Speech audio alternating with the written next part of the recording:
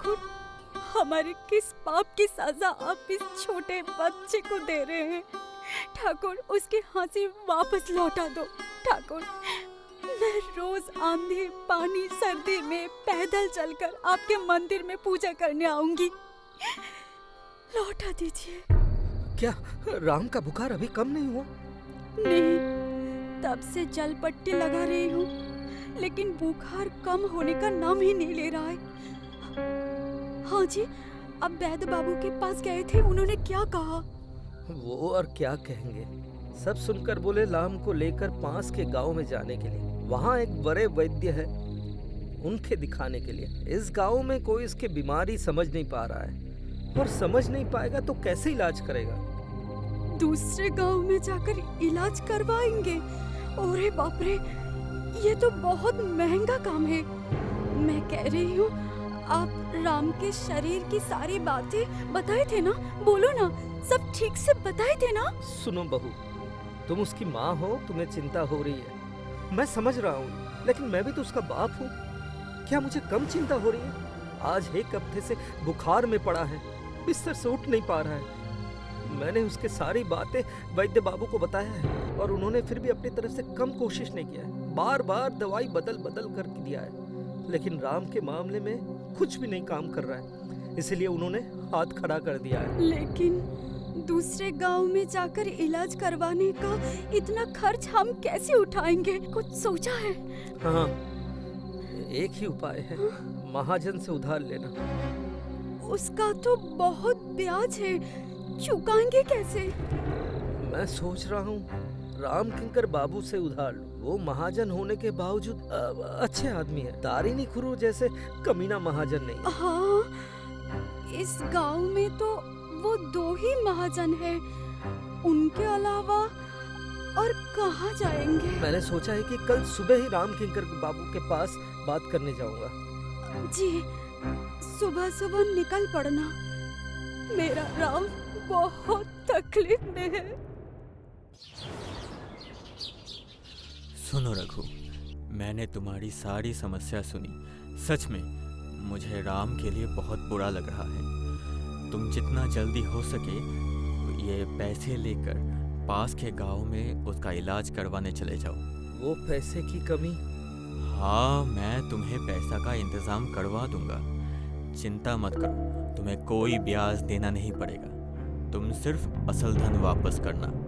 तो कितना चाहिए बताओ? धन्यवाद राम किंकर बाबू, आपका अनंत धन्यवाद। असल में मुझे पूरे 100 मोहर मिल जाए तो काम चल जाएगा। पास के गांव में आना जाना, दवाई, वैद्य का खर्च सब तो है ना। ओ बाप रे, इतना? पर इतने मोहर तो इस वक्त मेरे पास नहीं है। नहीं। ठीक है, तुम अभी जाओ, मैं दूसरे महाजन से पैसे इंतजाम करता हूँ। इस गांव में आपके अलावा तो एक ही महाजन है, वो है तारिणी खुरो। हाँ, मैं अभी वो तारिणी खुरो के पास ही जाऊंगा। वही एकमात्र है जो मुझे ये पैसे दे सकते हैं। सावधान रहना, लेकिन तारिणी खुरो की बातों का चाल बहुत खतरनाक है। अरे उसकी चिंता तुम मत करो, तुम बल्कि कल निकलने का इंतजाम करो, बाकी मेरे ऊपर छोड़ दो। जाओ।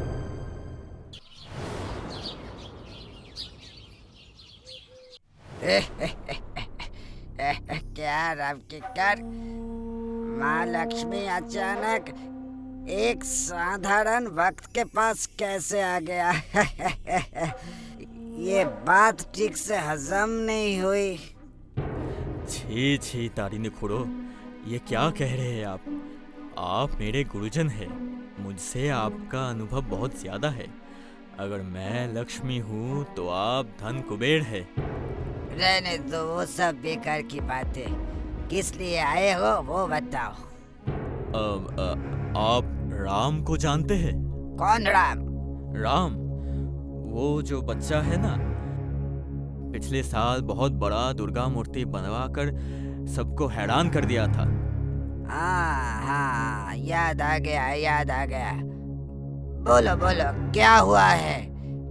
क्या वो जिंदा नहीं है क्या? अरे नहीं, नहीं, मरा नहीं। असल में पिछले एक हफ्ते से राम बहुत परेशानी में है। बुखार बिल्कुल कम नहीं हो रहा। वैद्य ने कहा है कि इलाज करवाने के लिए दूसरे गांव में जाना पड़ेगा। हाँ तो जाए ना, किसने रोका है? रोक रहा है खर्चा। इस गांव में महाजन मतलब आप और मैं। राम के पिता मेरे पास आए थे पैसा उधार लेने के लिए, पर मेरे पास अभी 100 मुद्रा नहीं है। अगर आप कुछ मदद कर देते तो। ठीक है 100 स्वर्ण मुद्रा उधार देना मेरे जैसे बड़े महाजन के लिए कोई बड़ी बात नहीं है। लेकिन मेरी एक शर्त है। शर्त? क्या शर्त? आज से ठीक 1 महीने के अंदर असल धन पर 20% ब्याज जोड़कर मुझे ब्याज सहित असल धन वापस करना होगा। अगर एक दिन भी देर हुई तो इसकी बड़ी कीमत चुकानी पड़ेगी तुम्हें। नहीं, आप इस सब में कोई चिंता मत कीजिए। आपको सही समय पर ब्याज समेत असल धन मिल जाएगा। ठीक है, रुको।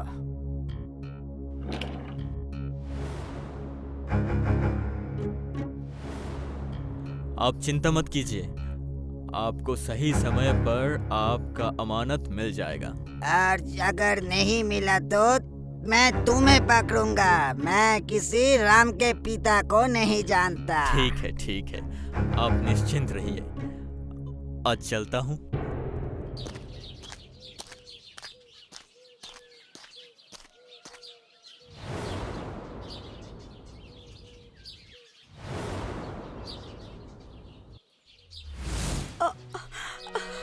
आपका ये उपकार हम कभी नहीं भूलेंगे भैया, कभी नहीं। हाँ दादा, सच में आज आपने जो किया है वो कोई सगा संबंधी भी नहीं करता है।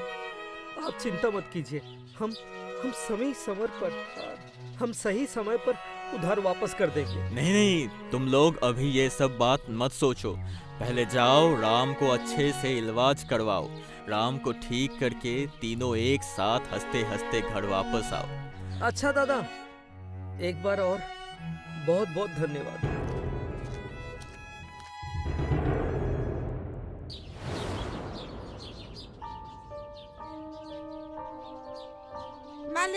मालिक, मैं कह रहा था कि आज थोड़ा जल्दी छुट्टी मिल जाती तो अच्छा होता। बेटे को लेकर वैद्य के पास जाना था। तू जल्दी घर चले जाना। ठीक है, जल्दी चले जाना, पर बेटे को क्या हुआ है? क्या पता मालिक, हमारे गांव के वैद्य कुछ भी समझ नहीं पा रहा है। मेरे बेटे की बीमारी ठीक ही नहीं हो रही है। कह रहा है पास के गांव में ले जाकर इलाज करवाओ। अच्छा, तू अभी जा, जल्दी निकल जा। अरे, उसने क्या कहा? पास का गांव?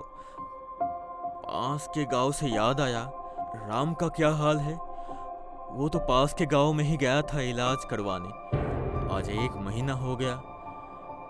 राम के पिता तो अभी नहीं आए उधार वापस करने। आज का दिन अगर बीत गया तो तारिणी खुड़ो मुझे पकड़ेंगे।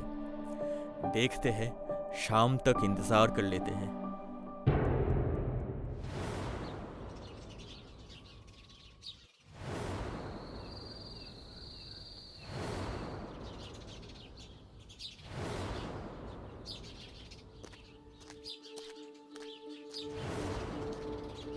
दादा, मैं आपके घर ही जा रहा था। मैं कल शाम को वापस गांव से लौटा हूँ।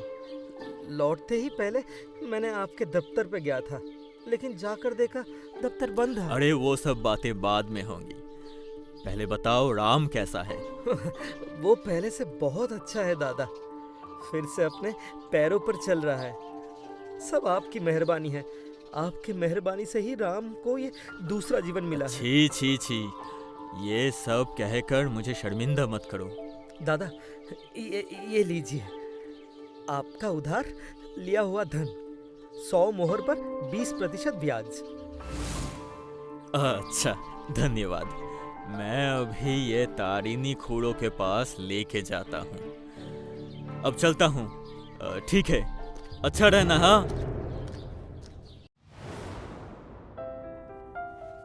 ये लीजिए खूड़ो, 100 मोहर के ऊपर 20% ब्याज वापस करने आया हूँ। नहीं नहीं नहीं नहीं, ये मोहर मैं आज वापस नहीं लूंगा, क्योंकि तुमने देर कर दी है। पूरे 1 दिन देर से वापस करने आए हो। तुमने वादा किया था कि 1 महीने के अंदर वापस करोगे। मुझे सब याद है। असल में बीमार राम को लेकर राम के पिता को गांव लौटने में थोड़ी देर हो गई थी, इसीलिए मुझे भी थैली लेकर आपके पास आने में थोड़ी देर हो गई है। नहीं नहीं नहीं नहीं, मैं तो तुम्हें पहले ही बताया था, मैं किसी राम के पिता को नहीं जानता, मैं तुम्हें जानता हूँ। उधार तुमने लिया है, इसलिए चुकाने की जिम्मेदारी तुम्हारी है। तुम क्योंकि समय पर चुकाने में विफल हुए हो, इसलिए तुम्हें इसकी कीमत चुकानी होगी। कीमत? हाँ, तुम्हारे प्रिय सफेद घोड़े की शरीर से 3 किलो मांस में काट लूंगा। तुम मुझे रोक नहीं पाओगे। इश्श, ये आप क्या कह रहे हैं? कितने निर्मम हैं आप। मुझे तो आने में सिर्फ 1 दिन की देरी हुई है, उसमें इतनी बड़ी सजा। नहीं नहीं नहीं नहीं नहीं नहीं, मैं वो सब कुछ नहीं सुनूंगा। देरी मतलब देरी, चाहे वो 1 दिन हो या 1 महीना। मैं कोई लेकिन नहीं सुनूंगा, क्योंकि 1 महीने पहले मैंने तुम्हें बताया था, अगर तुम ठीक 1 महीने के अंदर ब्याज सहित असल धन वापस नहीं दोगे तो तुम्हें एक बड़ी कीमत चुकानी होगी। इसलिए अब मेरी शर्त तुम्हें माननी पड़ेगी। कल सुबह मैं तुम्हारे घर पहुंच जाऊंगा, तैयार रहना।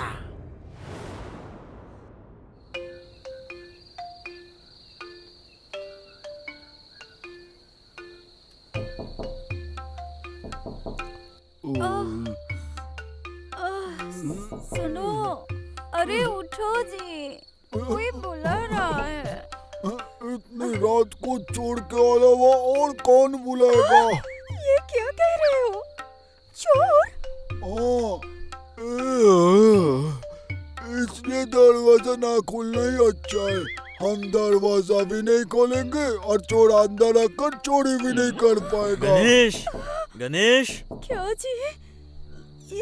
ये चोर तो देख रही हूँ बहुत भद्र चोर है, बार बार बुला रहा है। गणेश, गणेश घर पे हो? मैं राम किंकर हूँ, बहुत मुश्किल में पड़कर तुम्हारे पास आया हूँ। चोर राम किंकर की आवाज में मुझे बाहर क्यों बुला रहा है? ये कोई निशी तो नहीं बुला रही है ना? मोरा कुंभकर्ण की तरह और मत सो, उठो जाओ। गणेश घर पे हो?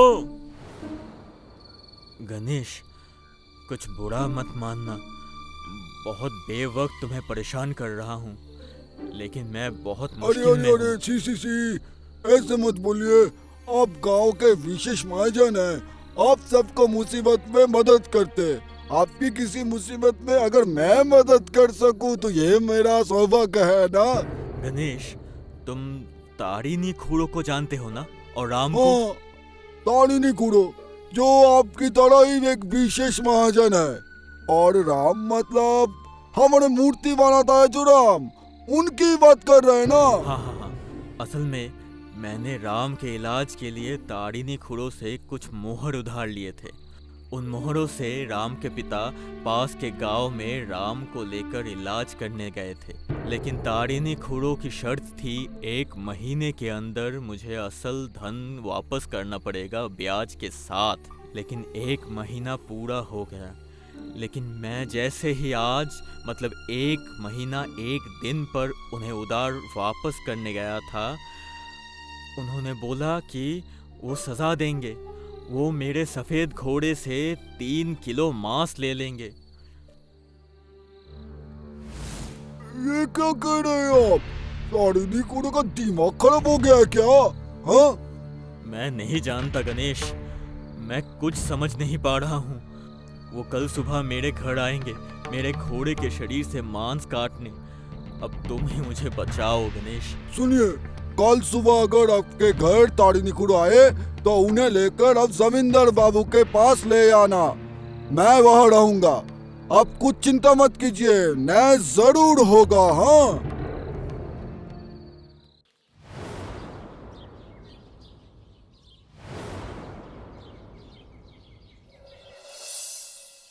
हुजूर, आपके पास न्याय की आशा में आज की यह सभा बुलाई गई है। आप राम किंकर और तारिणी खुरो दोनों को ही तो जानते हैं। हाँ गणेश, मैं इन दोनों को बहुत अच्छे से जानता हूँ। ये दोनों ही ब्याज पर उधार देते हाँ हैं। हुजूर, आपने बिल्कुल सही कहा। अब मैं असल घटना पर आता हूँ। कल रात राम किंकर बाबू मेरे घर आकर बोले, गणेश, तुम तारिणी खुरो को जानते हो ना? हाँ। और राम को? असल में मैंने राम के इलाज के लिए तारिणी खुरो से कुछ मोहर उधार लिए थे। उन मोहरों से राम के पिता पास के गांव में राम को लेकर इलाज करने गए थे, लेकिन तारिणी खुरो की शर्त थी 1 महीने के अंदर मुझे असल धन वापस करना पड़ेगा ब्याज के साथ। लेकिन 1 महीना पूरा हो गया, लेकिन मैं जैसे ही आज मतलब 1 महीना 1 दिन पर उन्हें उधार वापस करने गया था, उन्होंने बोला कि वो सजा देंगे। वो मेरे सफेद घोड़े से 3 किलो मांस ले लेंगे। छी छी छी छी छी छी, ये तुमने कैसे निर्मम शर्त रखा है तारिणी खुरो? ऐसा होता है क्या? राम किंकर तो उधार वापस करने को तैयार है। वो उधार तुम वापस ले लो और घटना यही खत्म करो। राम किंकर ने समय पर मेरा हिसाब नहीं चुकाया, इसलिए उसे उसकी कीमत चुकानी पड़ेगी। ये नियम है। कीमत के नाम पर तुम एक अबला प्राणी का मांस काट लोगे? छी छी छी छी छी, ये देखिए मैं बिल्कुल नहीं होने अगर दूंगा, आप मेरे नहीं इस होने काम में रुकावट डालेंगे तो पूरी प्रजा के पास ये संदेश जाएगा कि वादा तोड़ना ठीक है और उसकी कोई सजा आपकी जमींदारी में नहीं होती। आप कितने अन्याय को बढ़ावा दे रहे हैं, आप एक बार सोच लीजिए। भविष्य में कोई भी प्रजा अपना वादा नहीं रख सकती है, लेकिन उस स्थिति में आपके पास उसे सजा देने का कोई मुंह नहीं रहेगा हुजूर। ये लो गणेश, रास्ता दिखाओ। ठीक ही तो है हुजूर, वो तो सही कह रहा है। अगर आप राम किंकर की सजा माफ कर देंगे तो पूरी प्रजा के पास ये संदेश जाएगा कि वादा तोड़ना ठीक है। लेकिन गणेश, ये तो छोटे पाप की बड़ी सजा है। पाप तो पाप ही है हुजूर, चाहे वो छोटा हो या बड़ा। सुनिए तारिणी खुरो, आप राम किंकर के प्रिय घोड़े की शरीर से 3 किलो मांस काटना चाहते हैं ना? वो आप लीजिए, लेकिन उस स्थिति में सिर्फ मांस ही लेंगे। घोड़े के शरीर से 1 बूंद भी खून ना निकले। वो तो आपको सोचना होगा तारिणी खुरो। राम किंकर ने वादा तोड़ा है, इसलिए अपने सजा के रूप में उसके प्रिय घोड़े के शरीर से 3 किलो मांस काटने को कहा था। खून लेंगे ये तो नहीं कहा था, इसलिए मांस आप ले सकते हैं, लेकिन 1 बूंद खून भी ना निकले। बोलिए, राजी है? अगर राजी है तो मैं खुद अब आपको राम किंकर के घोड़े के पास ले जाऊंगा। नहीं, ये बिल्कुल नहीं हो सकता। मांस कटने जाएगा और खून नहीं निकलेगा, ये कैसी बात हुई? कुछ भी बोलने से काम नहीं चलेगा क्या? मैं भी वही कहना चाह रहा हूँ। वो उधार वापस करने में 1 दिन की देरी हो सकती है। उसके पक्ष में राम किंकर के पास काफी कारण है, वो क्षमा के योग्य है। उसके लिए इतनी बड़ी सजा होती है क्या? मैं समझ गया गणेश, तुमने मेरे ही बातों में मुझे फंसाया। ओ मैं समझ गया, मुझसे गलती हो गई गणेश। मैं भी समझ गया तारिणी खुरो, तुम कितना जटिल और गंदी मानसिकता के आदमी हो। ये भी बहुत अच्छे ही समझ पा रहा हूँ मैं। तुम जानबूझकर राम किंकर को इतना देर से परेशान कर रहे थे, क्योंकि तुम और राम किंकर एक ही पेशे के लोग हो और इस गांव में तुम दोनों ही महाजन हो। इसलिए तुम चाहते थे राम किंकर को परेशान करके उसे अपने रास्ते से हटा देने, ताकि इस गांव में इसके बाद तुम अकेले महाजन बनकर व्यापार चला सको। तुम्हारी ये गंदी मानसिकता सजा पाने की योग्य है। नायब, मैं तारिणी खुरो को 4 महीने की कैद की सजा सुनाता हूँ। यथाज्ञा हुजूर। लोगों के दोगे बांस, खुद ही रहोगे उदास। लोगों का करोगे बुरा, खुद ही रहोगे उड़ा धुरा। ओ, ओ, ओ, ओ, ओ, ओ, ओ, ओ।